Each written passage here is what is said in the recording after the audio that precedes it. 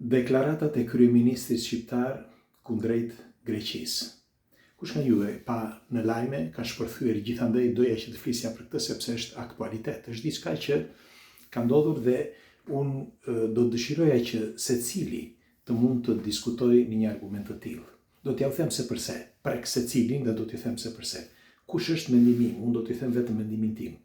Nuk e di e pat apo jo, për ata që nuk janë të informuar, kryeministri Edi Rama u shpreh në një mënyrë që nuk ishte shprehur askush më përpara nga liderat shqiptar. Pika 1. Dhe e dyta, nuk ishte shprehur asnjëherë asnjë tjetër lider jo shqiptar kundër grekëve. Dhe dua të nënvizoj diçka të rëndësishme që ja vlen. Atëherë, duhet të dini që unë mundojmë që të jem asnjanës. Nuk është e thjesht të jesh asnjanës, por unë gjithmonë mundojmë që të jem asnjanës sepse jemi këtu për ta diskutuar. Pra, unë nuk e kam as me Greqinë, as me Serbinë, as me një.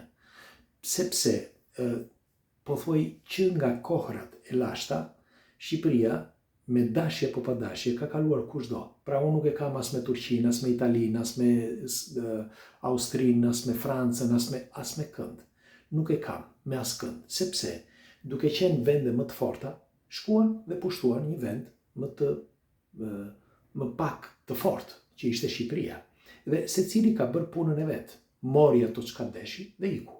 Tani, atë deklarat që ka bërë kryeministri, nga njëra anë duhet parë në një këndvështrim neutral për ta kuptuar, sepse unë pash edhe disa shumë intervista edhe në Greqi ka shpërthyer kjo gjë dhe pika e tretë që është akoma më e rëndësishme për mendimin tim është që padyshim ka diçka, me një fjalë është organizuar diçka. Normal, jo nga kryeministri shqiptar, por kryeministri shqiptar duke qenë në qendër të vëmendjes dhe duke qenë i pari që duhet hap një diskutim, si mund të quhet, ose një një përplasje, okay? Është njeriu kyç që do të bëj që të lind, si mund të quhet, diskutimi. Pra, nuk mund ta thot një njeri i thjesht, për shembull gazetar apo unë apo kushdo qoftë, sepse nuk do të ketë të njëjtën rilevancë që ka kryeministri. Dhe kjo më bën të mendoj, them unë, ndaj doja të pyesja juve, them unë që kjo më bën të mendoj që diçka po është menduar. Jo po luan, po është menduar. Mundojmë edhe të gjej fjalët e duhura kur shikoni që unë ngec ndonjëherë. Nuk ngec sepse nuk i di fjalë. Nuk ngec sepse nuk di të flas, absolutisht jo.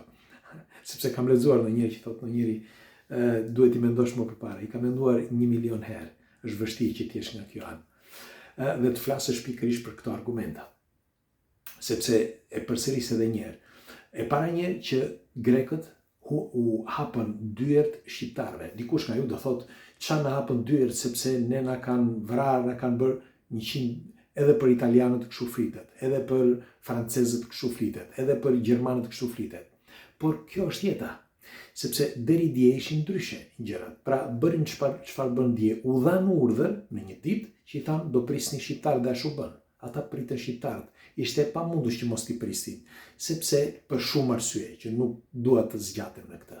Kështu që sot në gjithë territorin e Greqisë jetojnë 1 milion shqiptar. Dhe më pëlqeu diçka që tha kryeministri, sepse tha nuk e di për çfarë me një gazetare, nuk e di tha se për çfarë territori e ke fjalën, sepse ishte territor shqiptar, pra një pjesë e Greqisë këtë nënvizon të kryeministri. Dhe unë doja të pyesja ju çfarë mendoni për këtë. Nuk është, nga ana ime po flasë, nuk është një përplasje, nuk është një mënyrë për të hapur një diskutim për zënka. Jo, absolutisht jo. Por duhet folur për të vërtetat. Atëre, Çamëria, pra nga pjesa po thuaj deri në Patra, ishte zonë shqiptare. Dhe flasin ende sot shqip, pra nuk flisin vetëm atëherë, por flasin ende sot shqip. Nuk ka vend në disa ishuj për shembull të Shqipërisë që të Greqisë, më falni, që janë mbledhur dhe flasin të gjithë së bashku mblodhën gjithë së bashku sepse flisin gjithë arvanitas, pra ishin gjithë që flisin shqipe. Dhe nuk dua të nënvizoj asgjë për këtë, sepse dikush për shembull, siç e kanë thënë dhe në për emisione, që në të gjithë territorin e Greqisë, dikur bëhet fjalë për shumë vite më parë, flitej shqip. Por unë nuk dua të flas për këtë. Unë dua të flas vetëm për diskutimin që u hap, pra mes kryeministrit, atë që ai u shpreh, dhe Greqisë. Pra, ju si mendoni? Pse në trojet greke flitet ende sot shqip? Pra, pse? Ka vende, po thuaj në të gjithë, në shumë vendet të Greqisë, deri në disa ishuj, flitet ende sot arvanitase, ose shqip. Ka disa studiues që janë grek që edhe vetë ata e thonë. Dhe pse grekët nuk e pranojnë? Sepse ky është thelbi I të gjithës. Me një fjalë, ne pranojmë, pra shqiptarët dhe Shqipëria pranon minoritetin grek. E kanë pranuar edhe vetë komunizmi. Bile në epokën e komunizmit bëj gjua, me fjalë kultivoj gjua greke, kur në të njëjtën kohë nga ana tjetër në Greqi ishte ndaluar që të flisnin shqip. Dhe ky është një fakt. Pra, për të gjitha këto, unë them që ky është diskutimi që do të hapet në ta mendoj unë, nuk e di tani, ndaj do të thoshe juve. Dhe për këtë e kishte fjalën mendoj kryeministri. Megjithatë, në një diskutim të zjarrt si ky, sepse të hapësh një diskutim të tillë sot që kanë kaluar shumë vite, është një debat që do të hapi polemika të mëdha.